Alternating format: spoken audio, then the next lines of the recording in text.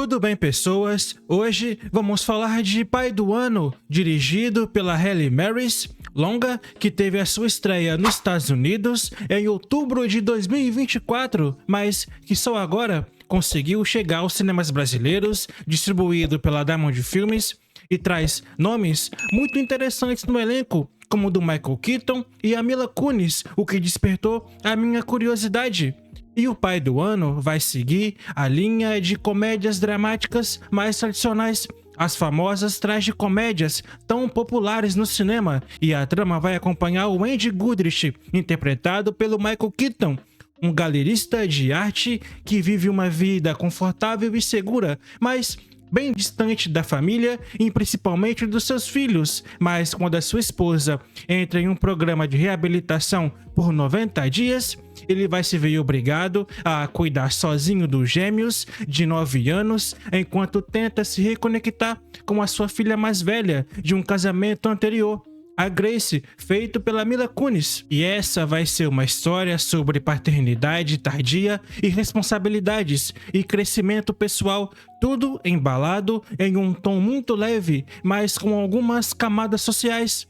E a história é escrita pela própria diretora e tenta evitar cair naquele melodrama excessivo, mas no final ela acaba apostando naquele velho truque de fazer de tudo para fazer você chorar a qualquer custo, porque o filme vai construindo situações cotidianas que vão revelando as falhas do protagonista. Por exemplo, o Andy é um cara bem-sucedido profissionalmente, mas ele é um desastre como pai. Ele não sabe nem o básico sobre a rotina das crianças, e isso gera situações engraçadas até sem piadas forçadas, o que permite que o público se identifique mais com ele e com as lutas dele. E a diretora usa o cenário de Los Angeles muito bem aqui, para contrastar com o glamour superficial da bagunça da vida real, o que dá um ar mais fresco para a narrativa.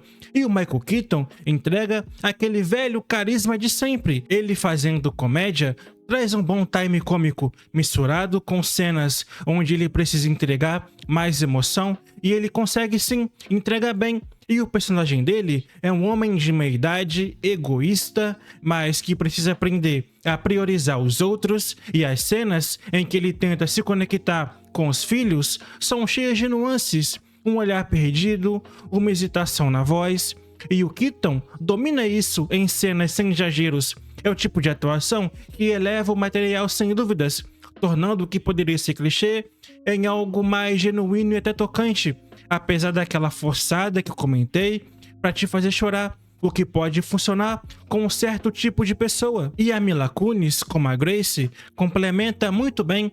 Ela, fazendo essa filha que cresceu sem o pai presente, traz um ressentimento bem visível, mas sem virar aquela vilã clássica. E ela tem sim uma boa química de pai e filha com Keaton, e as interações deles são como diálogos de uma terapia familiar, cheia de tensão e afeto reprimido. E o que eu gosto é que o filme não reduz a figura dela só como um artifício narrativo de apoio. A Grace tem o seu próprio arco, lidando com questões de carreira e relacionamentos, o que adiciona profundidade para a trama. E é muito difícil, gente, ver uma comédia assim, dando um espaço maior para uma personagem mais coadjuvante. E os gêmeos também são destaque à parte. Geralmente, crianças em filmes podem trazer dificuldades, como ser mal dirigidas, mas aqui elas são bem autênticas, com personalidades distintas. Um é mais extrovertido, o outro já é mais sensível, e isso cria dinâmicas variadas com o protagonista. A diretora capta bem essa inocência infantil misturada com a percepção aguda das crianças, e elas aqui são fundamentais, trazendo toda a leveza e toda a emoção do filme. E a direção da Halle, que herdou o estilo da sua mãe, a Nancy Meyers, que é uma diretora já bastante consolidada nesse meio de comédias e que já fez vários clássicos, principalmente ali nos anos 2000, como o filme do que as mulheres gostam, que inclusive eu gosto bastante e recomendo, e esse estilo dela de cenas bem iluminadas, com diálogos ácidos e um ritmo que flui, como uma conversa casual, mas ela vai adicionar umas viradas mais originais, incorporando elementos como aplicativos de namoro e questões de saúde mental, o que atualiza o gênero. A cinematografia vai usar de muitos tons quentes para enfatizar a cidade de Los Angeles. É uma fotografia muito bonita, eu digo, e o roteiro vai trazer detalhes que se sustentam em pequenas vitórias e tropeços, como Angie lidando com uma reunião de pais na escola ou tentando cozinhar. São boas cenas e isso torna o pai do ano mais real para quem tem filhos ou já passou por mudanças familiares. No entanto, honestamente, o terceiro ato patina um pouco na previsibilidade. Algumas revelações vêm rápido demais, como se o filme quisesse amarrar tudo em um laço, mas perde muita força narrativa. Não é um defeito fatal, mas estraga consideravelmente a experiência.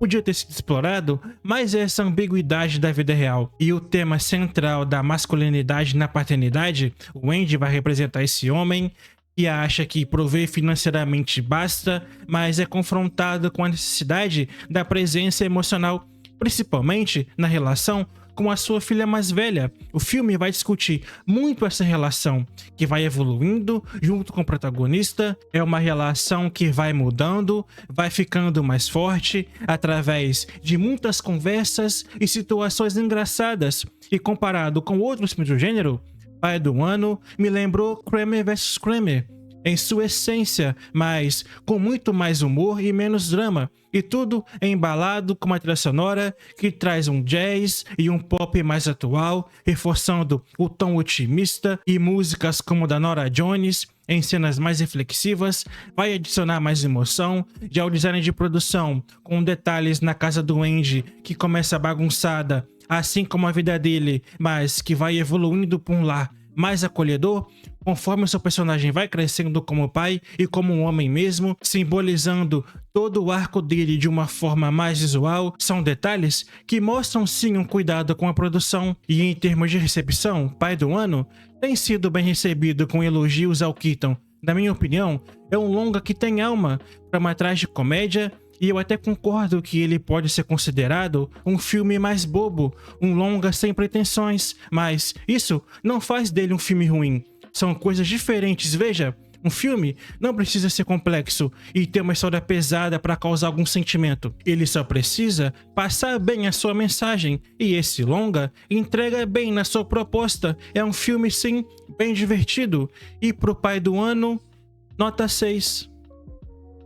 E eu tô curioso para saber como esse filme vai se sair nas bilheterias. Ele foi adiado de março para outubro, o que demonstrava talvez uma falta de confiança da distribuidora em relançar um filme em uma janela mais competitiva. E agora, sem tanta concorrência, pode ser que ele tenha sim uma repercussão maior.